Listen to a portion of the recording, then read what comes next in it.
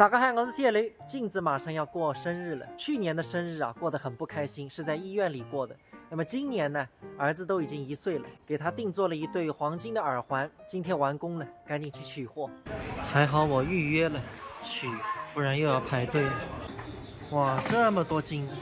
司马老师，我来拿我的耳环了，我看看你做的怎么样。这个是送给我爱人的生日礼物啊。我看一下上面你刻的什么字？吉鱼，吉和鱼，吉祥如意，年年有余，太棒了！拿好，回来了。要抱呀，要抱啊！告知吧，我走来着。那个金耳环呢？试试看，生日礼物。啊，你也要的？那是非戒指，那已经有一袋琵琶山烟子。那个是妈妈的，不是那个啊。看看。鸡，还到呢？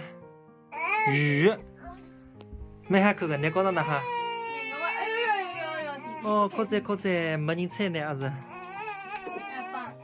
一百，发掉，发掉。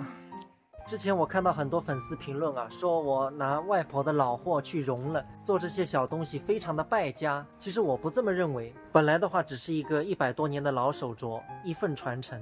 那现在它变成了几份传承，而且都是新的东西，赋予了它新的含义。那这一切都是新的开始。而且外婆是支持我这个的，毕竟现在黄金啊，它没有折损，它做来做去，它是金子的价格，那还是那份价格，并不是说我把外婆的金手镯去回收了，那这个才叫败家呢。那这里就要说到还有剩下一些黄金了。